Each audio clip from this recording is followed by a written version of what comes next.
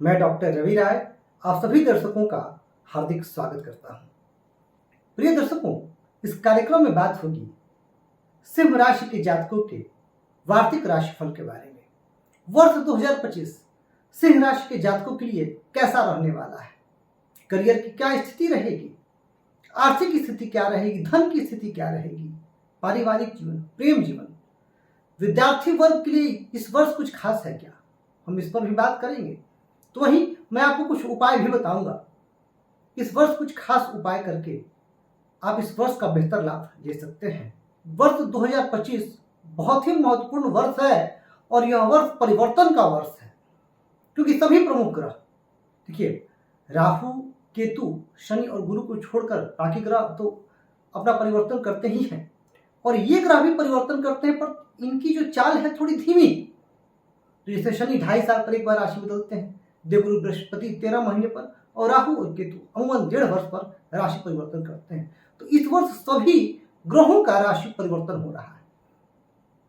तो वर्ष 2025 सिंह राशि के जातकों के लिए कैसा रहेगा, हम इस पर विस्तार से चर्चा करेंगे। साथ ही ये जो मैंने चार्ट बनाया है, यहाँ आप देख रहे होंगे कि जैसे मैंने केतु को 2 भाव में रखा हुआ है, वैसे ही शनि को भी, राहु को भी, गुरु को भी। ऐसा क्यों? तो देखिए, इस वर्ष 2025 में कुछ माह राहु रहेंगे मीन राशि पर, फिर आ जाएंगे कुंभ पर। उसी तरह से बृहस्पति वृषभ पर रहेंगे, फिर मिथुन पर। उसी तरह से केतु कन्या पर, फिर सिंह पर। तो इस वजह से मैंने ऐसा किया, आपको एक एक करके मैं विस्तार से समझाऊंगा। तो सबसे पहले आपको पता कैसे चले कि आपकी राशि सिंह है? तो जो लोग जानते होंगे तो बहुत अच्छा, अगर जिनको नहीं भी पता है तो आप सिर्फ अपनी जन्म कुंडली देखें और वहां देखें क्या जहां चंद्रमा स्थित है वहां 5 अंक लिखा हुआ है क्या। यदि 5 अंक लिखा हुआ है तो आपकी राशि सिंह है। तो आइए प्रारंभ करते हैं सिंह राशि के लिए कैसा रहेगा। तो देखिए, ये जो वर्ष 2025 है यह सिंह राशि के जातकों के लिए जबरदस्त रहने वाला है, कुछ मामलों में विशेष लाभदायक रहने वाला है, क्योंकि वर्ष में जो गुरु की दृष्टि है, गुरु की स्थिति इतनी अच्छी है कि 10वें भाव से जो बृहस्पति की दृष्टि है, पंचम दृष्टि आपके धन भाव पर जाएगी। 15 मई तक ये स्थिति आपके साथ जीवन में रहेगी, तो धन के लिहाज से अत्यंत श्रेष्ठ। इसके बाद बृहस्पति जब लाभ भाव में जाएंगे तो यह महत्वाकांक्षाओं की पूर्ति का भाव है, तो लाभ भाव में भी यह स्थिति आपके लिए शानदार रहने वाली है। करियर और बिजनेस के लिए स्थिति बहुत अनुकूल है। सिंह राशि के वो जातक जो नौकरी में है उनके लिए तरक्की के मार्ग प्रशस्त होंगे, विशेष करके जब लाभ भाव में बृहस्पति होंगे, यानी जून के बाद जहां नौकरी में आपको प्रमोशन का अवसर दिख रहा है, वहीं स्थान परिवर्तन का भी योग है। जो लोग अपनी नौकरी में परिवर्तन चाहते हैं, जॉब प्लेस में परिवर्तन चाहते हैं, उनके लिए भी स्थिति परम अनुकूल बनी हुई है। साथ ही साथ जो लोग व्यापार व्यवसाय करते हैं उनको जून के बाद से व्यापार में अच्छा मुनाफा होता हुआ दिखाई देगा। परंतु एक चीज होगी, 29 मार्च को जो शनि का राशि परिवर्तन होगा तो आपके लिए धैर्य की भी स्थिति प्रारंभ हो जाएगी। और धैर्य की स्थिति में शनि जब अष्टम भाव में आ जाएंगे तो ये आपके स्वास्थ्य के लिए थोड़ी सी बाधक बनेगी। स्वास्थ्य पर मैं आगे भी विस्तार से चर्चा करूंगा। और जो शनि की दृष्टि जाएगी 10वें भाव पर, यह आपके लिए अप्रैल के बाद से मेहनत को बढ़ाने वाली होगी। यानी अप्रैल मई के बाद से आप महसूस करेंगे कि कार्य का बोझ बढ़ रहा है, कार्य का दबाव बढ़ रहा है, नौकरी में थोड़ा सा प्रेशर, थोड़ा सा स्ट्रेस बढ़ रहा है, परंतु लाभ पर उसका कोई प्रभाव नहीं होगा, क्योंकि देवगुरु बृहस्पति की लाभ भाव में स्थिति आपके लिए लाभ के नित्य अवसर लेकर के आएगी और आप अपने इनकम को बढ़ा पाएंगे। जो लोग व्यापार व्यवसाय में हैं और जो अपने नौकरी का के अन्य सोर्स भी तलाश कर रहे हैं कि अन्य स्रोत से भी पैसा आए, उनके लिए भी आय के स्रोतों में वृद्धि होती हुई दिखाई दे रही है। साथ ही साथ बिजनेस एक्सपेंशन का बहुत शानदार योग बना हुआ है सिंह राशि के जातकों के लिए। तो करियर और व्यवसाय व्यापार के मामले में बहुत ही अनुकूल स्थिति है। अप्रैल के बाद चुनौतियां थोड़ी सी बढ़ेंगी, परंतु आपको लाभ भी प्राप्त होगा। अच्छा, एक बड़ा कॉमन सा सवाल जो आप लोगों के मन में आता है कि जब फलादेश जब हम करते हैं या जब जन्म कुंडली देखते हैं तो क्या देखें, गोचर देखें या महादशा अंतर्दशा देखें? तो देखिए, मैं कार्यक्रम की शुरुआत में स्पष्ट कर दूं कि महादशा और अंतर्दशा प्रमुख है। गोचर का भी प्रभाव पड़ता है, परंतु हमें यह भी देख लेना है कि हमारी जन्म कुंडली में जो महादशा और अंतर्दशा है वो किन ग्रहों की चल रही है। अब अगर महादशा और अंतर्दशा अनुकूल ग्रहों की चल रही है और गोचर से भी स्थिति अनुकूल है, तब आपको बहुत जबरदस्त लाभ मिलता है। बात करते हैं स्वास्थ्य कैसा रहेगा। तो देखिए, आपके लिए केतु की स्थिति बनेगी 18 मई को केतु सिंह राशि में आ जाएंगे, यानी मई तक तो आपका स्वास्थ्य अनुकूल रहेगा। परंतु मई के बाद केतु, देखिए जब भी लग्न से केतु का संबंध बनता है तो होता क्या है, मन में भ्रम उत्पन्न होता है। केतु शुभ चीजों के कारक है, क्योंकि शत्रु राशि पर होंगे तो आपको भ्रम देंगे कि मुझे ये बीमारी हो गई है, वो बीमारी हो गई है। तो ऐसे में आपको अपनी आत्मसंतुष्टि के लिए कुछ भी परेशानी अगर आपको लगे तो आपको टेस्ट अवश्य कराना चाहिए, उसमें आपको लापरवाही नहीं बरतनी है। खास करके मार्च, जुलाई, सितंबर और नवंबर, ये 4 माह आपको स्वास्थ्य के दृष्टिकोण से विशेष ध्यान देने की आवश्यकता है। कुछ प्रतिकूल स्थितियां उत्पन्न हो सकती हैं और इस माह में आपको हड्डियों से संबंधित, पेट से संबंधित कोई ना कोई बीमारी हो सकती है। इसमें आपको थोड़ा सा सावधान रहने की आवश्यकता होगी। बात कर ले आपके लिए वैवाहिक जीवन कैसा रहेगा सिंह राशि के जातकों के लिए, तो देखिए अभी जो स्थिति बनी हुई है, आपके शनि अपनी ही राशि में है। पूर्व में मैं कह चुका हूं कि सिंह राशि के कुछ जातक जिनकी महादशा अंतर्दशा अनुकूल ग्रहों की नहीं चल रही है, वैवाहिक जीवन को लेकर के बहुत परेशान है। अभी कमेंट करके बताइए कि आपकी क्या स्थिति है। परंतु हाँ, अगर आमतौर पर देखा जाए तो गोचर से विवाह के लिए स्थिति उतनी प्रतिकूल नहीं है अभी। परंतु 29 मार्च को शनि का गोचर जब जाएगा अष्टम भाव में, तो शनि आपकी राशि के लिए सप्तमेश है। तो जब सप्तमेश अष्टम भाव में होंगे तो जीवन साथी के स्वास्थ्य को लेकर के कुछ परेशानी दृष्टिगोचर होगी, वहां आपको सावधान रहना है। दूसरी बात, 18 मई को राहु आ जाएंगे सप्तम भाव में। अब जब राहु सप्तम भाव में आ जाएंगे उस समय पारिवारिक जीवन में कुछ तनाव, वैवाहिक जीवन में कुछ तनाव उत्पन्न होगा, क्योंकि राहु और केतु, जैसे मैंने अभी केतु के बारे में बताया, ये भ्रम देने वाले ग्रह हैं।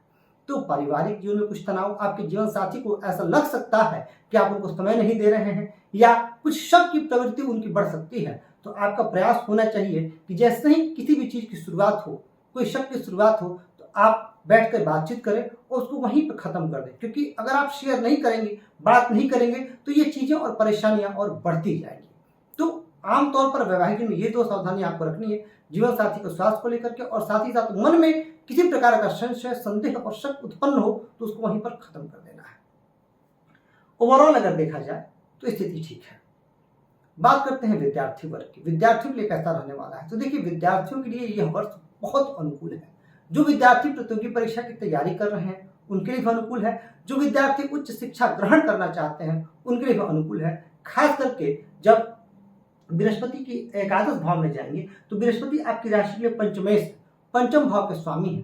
पंचम भाव के स्वामी होने की वजह से बहुत अनुकूल है। और सबसे अच्छी बात होगी, जब बृहस्पति मिथुन राशि में जाएंगे तो उनकी सप्तम दृष्टि अपने ही भाव पर होगी, पंचम भाव पर। तो पंचम भाव पर सप्तम दृष्टि आपके विवेक में तो वृद्धि करेगी ही, आपका इंटेलिजेंस भी बढ़ेगा, एकाग्रचित भी आप होंगे और अपने कार्यों में सफल होंगे। और साथ ही साथ पढ़ाई में आपका मन लगेगा, उच्च शिक्षा प्राप्ति के योग बन रहे हैं और प्रतियोगी परीक्षाओं में सफलता का भी योग बन रहा है। सिंह राशि के जातकों की संतान की स्थिति कैसे रहेगी, तो बिल्कुल अच्छी स्थिति है इस वर्ष। इस वर्ष खासकर के जून के बाद से अगर आपकी संतान के विवाह में कोई परेशानी आ रही है तो परेशानी भी दूर होती हुई दिखाई दे रही है। संतान का करियर आगे बढ़ेगा, संतान की सर्वांगीण उन्नति होगी। और सिंह राशि के वो जातक जो अभी तक संतान सुख से वंचित हैं या संतान सुख के इच्छुक हैं, प्लानिंग कर रहे हैं, उनके लिए भी यह वर्ष बहुत अनुकूल है। आप प्लानिंग कर सकते हैं। इस वर्ष बहुत ही जबरदस्त योग बना हुआ है। देखिए बृहस्पति का लाभ भाव से संबंध बहुत अच्छा होता है, और जब भी बृहस्पति लाभ भाव में गोचर करते हैं तो बहुत सारी अच्छी सुखद चीजें जीवन में घटती हैं। अब इसमें सिर्फ इतना ध्यान रखना है आपको कि महादशा और अंतर्दशा आपकी अनुकूल ग्रहों की हो। बात करते हैं प्रेम जीवन की। सिंह राशि के वो जातक जो प्रेम जीवन में है उनके लिए भी मई जून के बाद से स्थिति अनुकूल होगी और आपके प्रेम जीवन में माधुर्य रस घुलता हुआ दिखाई दे रहा है। अगर आप अपने लव पार्टनर को लाइफ पार्टनर बनाना चाहते हैं तो यह वर्ष उसके लिए बहुत अनुकूल है। आप ऐसा सोच सकते हैं। आपके लिए बहुत ही तरक्की का मार्ग और साथ ही साथ आपके रिश्तों में सामंजस्य विशेष तौर पर परिलक्षित होता हुआ दिखाई दे रहा है। तो सिंह राशि के जातकों के लिए बहुत ही उत्तम स्थिति बनी हुई है। अब बात कर लेते हैं कहां कहां पे आपको सावधानी रखनी है, किन किन कौन कौन सी परेशानियां इस वर्ष आपके सम्मुख आ सकती हैं। तो देखिए जैसा मैंने कहा कि शनि के अष्टम भाव में स्थिति, जब शनिदेव का गोचर अष्टम में होता है, हालांकि मीन राशि पर है, फिर भी कुछ चुनौतियां बढ़ती हैं। अब चुनौतियां स्वास्थ्य संबंधित चुनौतियां, और शनिदेव आपके लिए षष्ठम के और सप्तम के स्वामी हैं। तो आपको इस वर्ष कर्ज लेने से बचना चाहिए। प्रयास करें कि कर्ज न लें और न कर्ज दें।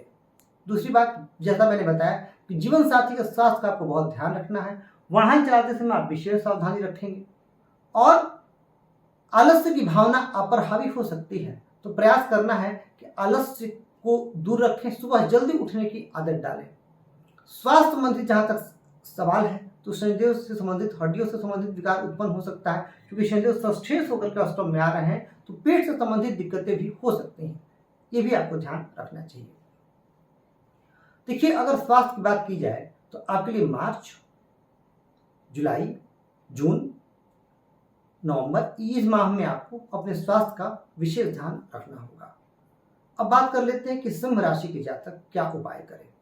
तो देखिए, उपाय मैं आपको बताऊं उससे पूर्व में एक बात कहना चाहूंगा, 2-3 चीजें और हैं जहां आपको ध्यान रखना होगा। जैसे अभी केतु का जो संचरण है आपके लिए धन, वाणी और कुटुंब में हो रहा है, तो अभी सिंह राशि को बहुत जातक, जैसा कि मैंने पूर्व में बताया, कमेंट करके आप बताइएगा, बहुत सारे जातक कुछ आर्थिक समस्याओं से परेशान है, कौटुंबिक मामलों में परेशान है, कुटुंब में जो वातावरण है वो उतना सुखद नहीं है, कुछ कलह की स्थिति बनी हुई है। केतु जब यहाँ आ जाएंगे आपके लग्न में तो ये आपके लिए शत्रु भाव में होंगे। अब लग्न में केतु जब शत्रु राशि पे हो तो करते क्या है, मन में भ्रम और संशय कैसे देते हैं। अब आप पूछेंगे कैसा भ्रम और कैसा संशय, तो देखिए, यह भ्रम आपको अपने स्वास्थ्य को लेकर के हो सकता है, यह भ्रम आपको अपने करियर को लेकर के हो सकता है। इस समय आप पाएंगे कि डिसीजन मेकिंग में आपको प्रॉब्लम हो रही है, यानी डिसीजन लेने में आप बहुत समय लगाते हैं, साथ ही साथ अपने आसपास, अपने इर्द गिर्द लोगों को भी कुछ संदेह और शक के दृष्टिकोण से देखेंगे। हालांकि सिंह राशि बहुत सुलझी हुई राशि है, अपने कार्य से मतलब रखती है, न लोगों में इंटरफेयर करती है और न चाहती है, ये इस राशि के लोग न चाहते हैं कि उनके जीवन में कोई भी इंटरफेरेंस हो, फिर भी आपको इन चीजों का ध्यान रखना है। केतु और राहु का ये जो एक्सिस है यही आपको थोड़ा सा परेशान करेगा स्वास्थ्य के मामलों में और पारिवारिक जीवन के मामलों में, बाकी आपके लिए स्थिति परम अनुकूल बनी हुई है। अब आप करें क्या उपाय, तो देखिए, सूर्योदय से पूर्व उठने की आदत डालें, सूर्य भगवान को अर्घ्य दें, सूर्यदेव को अर्घ्य दें, साथ ही साथ आदित्य हृदय स्तोत्र का आपको पाठ अवश्य करना चाहिए। और पूजा की शुरुआत गणेश जी की पूजा से ही करें, प्रथम पूज्य है श्री गणपति, और श्री गणपति अथर्वशीर्ष का पाठ आपको अवश्य करना चाहिए। जो लोग श्री गणपति अथर्वशीर्ष का पाठ नहीं कर सकते हैं, जिस संस्कृत में दिक्कत हो, उन्हें ओम गंग गणपतये नमः इस मंत्र का एक माला जप अवश्य करना चाहिए। यदि आप इतना उपाय करते हैं तो आपके लिए बहुत अनुकूल होगा और यह पूरा वर्ष आपके लिए उपलब्धि वाला रहेगा, क्योंकि इस वर्ष आपको चल अचल संपत्ति प्राप्ति के योग भी बन रहे हैं। तो कुल मिला जुलाकर के यह वर्ष आपके लिए अत्यंत सफलतादायक और श्रेष्ठ उन्नतिदायक रहेगा। और जो सबसे अच्छी बात है, धन और लाभ इन दो भाव से देवगुरु बृहस्पति का संबंध पूरे वर्ष बन रहा है। मई तक तो धन भाव पर दृष्टि, पंचम दृष्टि है, बता देता हूं कैसे, 1 2 3 4 5, पंचम दृष्टि धन, वाणी और कुटुंब पर जा रही है, और जब लाभ भाव में आ जाएंगे तो पंचम पर अपनी ही राशि पर दृष्टि आपको पूरे वर्ष सफलता प्रदान करेगी। तो प्रिय दर्शकों, कमेंट करके बताइएगा जरूर कि आपको कार्यक्रम कैसा लगा, और जिस तरीके से आप लोग का प्यार और स्नेह मिल रहा है, मैं हृदय से आप सभी के प्रति अपना आभार व्यक्त करता हूं और कहूंगा इसी तरह चैनल को सब्सक्राइब करें और वीडियो को लाइक और शेयर करके हमें अपना प्यार और स्नेह देते रहें। मैं आप सभी के स्वस्थ, सुखी, समृद्ध, यशस्वी एवं दीर्घायु जीवन की कामना करता हूँ। धन्यवाद।